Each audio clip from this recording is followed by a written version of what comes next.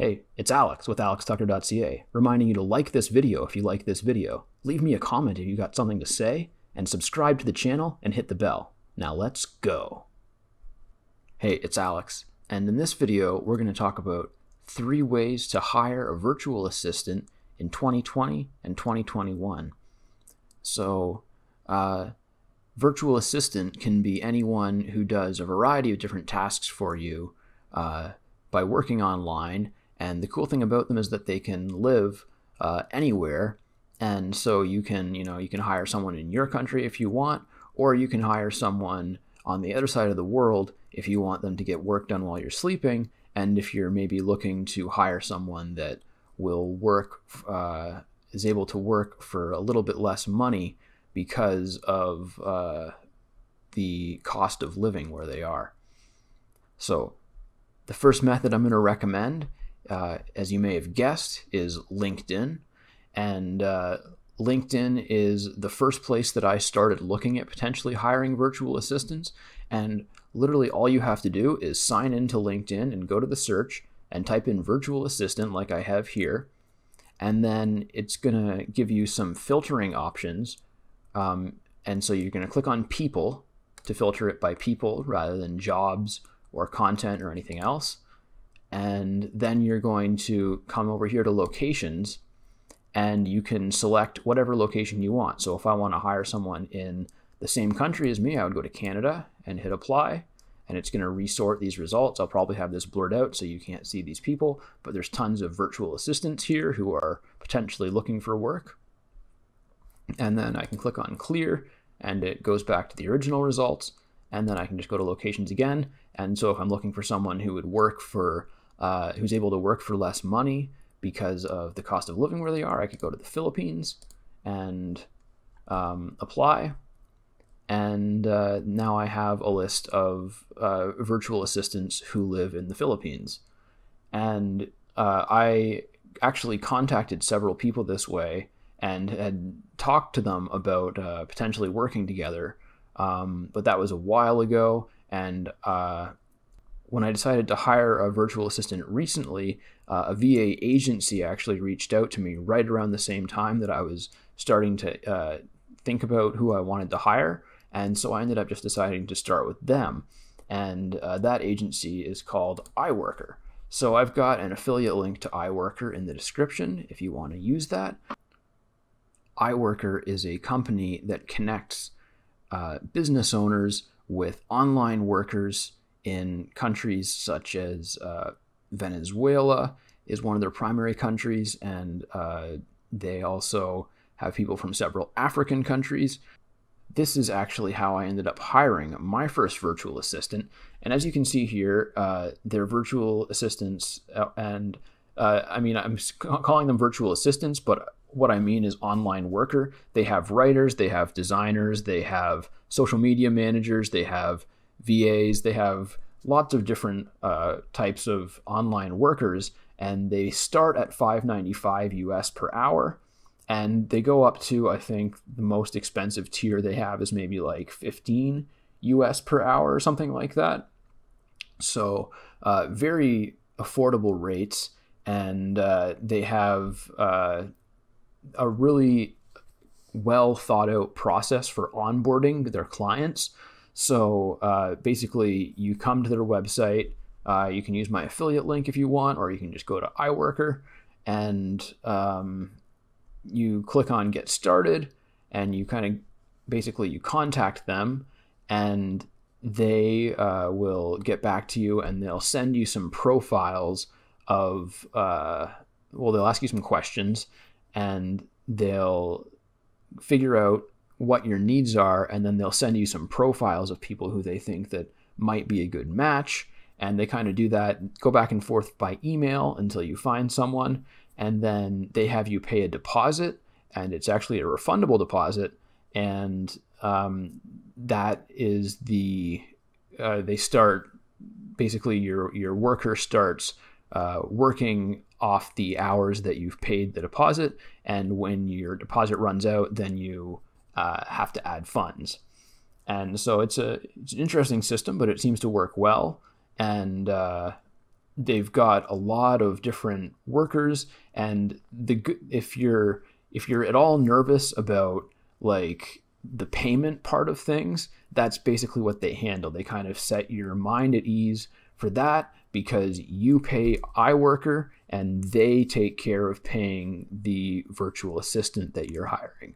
So if you're concerned about getting ripped off or something like that, or if you just don't want to worry about having to send money around the world, you can just pay iWorker in good old US dollars, and they'll take care of getting that money to the virtual assistant for you.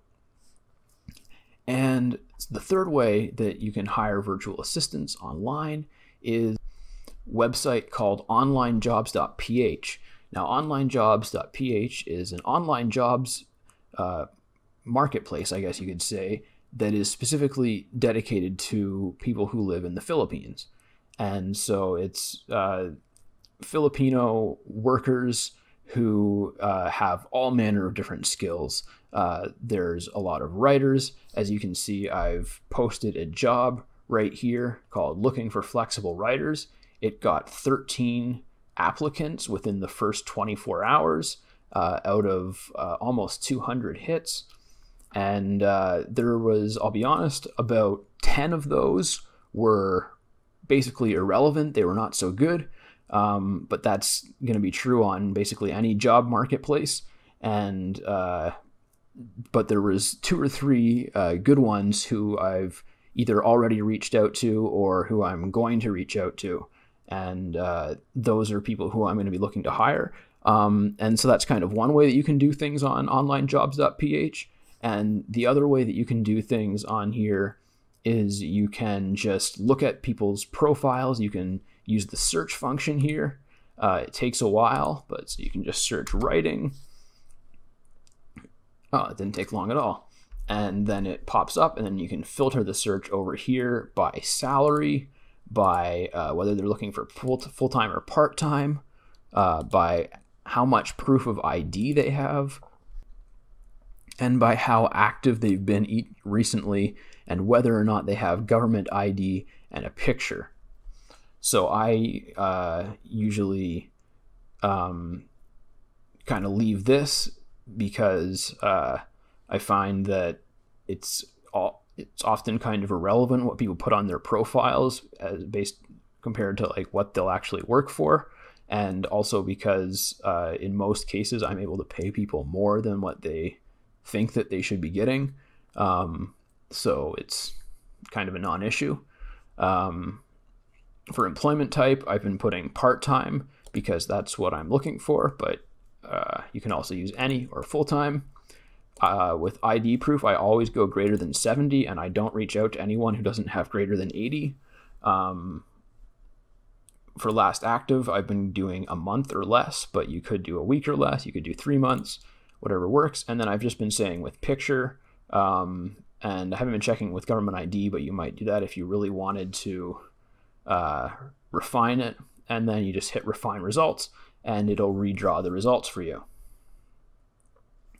So the way it's structured is you can sign up for free, and you can actually post jobs and you can look at profiles, but you won't be able to communicate or receive communication from the workers.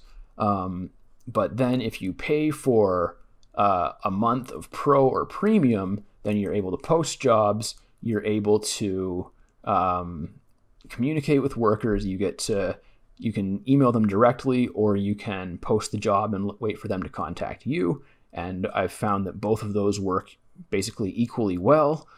Posting the job is probably a little bit easier, but you can be a little bit more targeted if you do the searching yourself. And yeah, so I just went with the pro tier, and so I can contact up to 75 workers with this. And so that's going to be plenty for me. And I'm just planning on keeping this for 1 month, and then I'm going to cancel it, and I will reactivate it when I need to hire more people. And what I'm actually doing is I'm like, anyone who I contact, as long as I feel like I might want to work with them in the future, I'm going to tell them that, and I'm going to keep them in my contacts in my email, and basically, they will be a contact of mine who I can hire at any time that I may need to going forward, and I don't need to necessarily pay for this again in the future. So I really like the way that OnlineJobs.ph is set up, and they're probably what I'm going to use. I have an affiliate link for them as well if you want to check it out. This is probably what I'm going to use to hire most of my online help until I'm ready to start actually getting employees instead of freelancers. Like right now, I'm just hiring people on a very part-time independent contractor freelance basis. When I'm ready to start getting employees, then I'm probably going to go back to LinkedIn and go back to this method of looking in Canada, and I'm going to probably want to hire Canadians just because I like to support my fellow citizens. So that's kind of, in a nutshell, 3 ways that you can hire virtual assistants. Hope you find that helpful. And let me know if you've got any questions. I might do some future videos about the methods that I've been using to kind of get people to contact me and sort through these things. And I'd be happy to share that with you if anyone's interested. So let me know with a comment, and I will catch you in the next video.